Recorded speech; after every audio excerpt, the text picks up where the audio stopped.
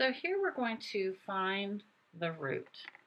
So here we're looking at the square root because when we don't see a number, we know there's an index of 2 there. So it's going to be the square root of 25. So what times itself gets us 25? Well, that's going to be 5 because 5 squared is 25. On this one, we've got a negative outside the radical, and the square root of 121 is 11. So that will get us a negative, because it sticks from out here, 11. If the negative is on the inside, we cannot take the square root of a negative number. But because it's on the outside, we're okay. On here, we're looking for the cubed root of 125. So what times itself 3 times gets us 125? Well, that will be 5.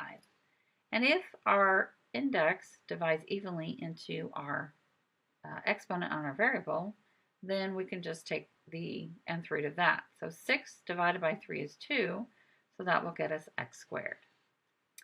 On this one, we have the cubed root of 1 over the cubed root of 27. So the cubed root of 1 is 1.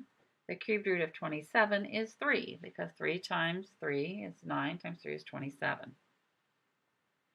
Now we're going to write in radical notation. So the first one, we just need to change it into radical notation than what we have up here.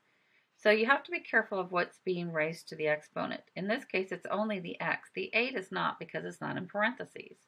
So this is going to get us 8, and the bottom of the root will become, the bottom of the fraction will become the root. So the fourth root of x to the first power. This is not going to reduce, so we are done. On this one, we've got the entire portion here raised to the 1/2. So it'll be 81 x to the 8, and we're taking to the 1/2 power, so it's the square root because our index will be the bottom of the fraction. So the square root of 81 will get us 9, and the square root of x to the 8th, so 8 divided by 2, will get us x to the 4th. And then we have 27 to the 4/3 power. So again, we need to write that in radical notation. So this will be our index. So it'll be to the cubed root of 27, and then we'll raise it to the 4th power because it's being raised to the power that's on the top of the fraction. So the cubed root of 27 is 3 raised to the 4th power gets us 81. Because 3 times 3 is 9, times 3 is 27, times 3 is 81.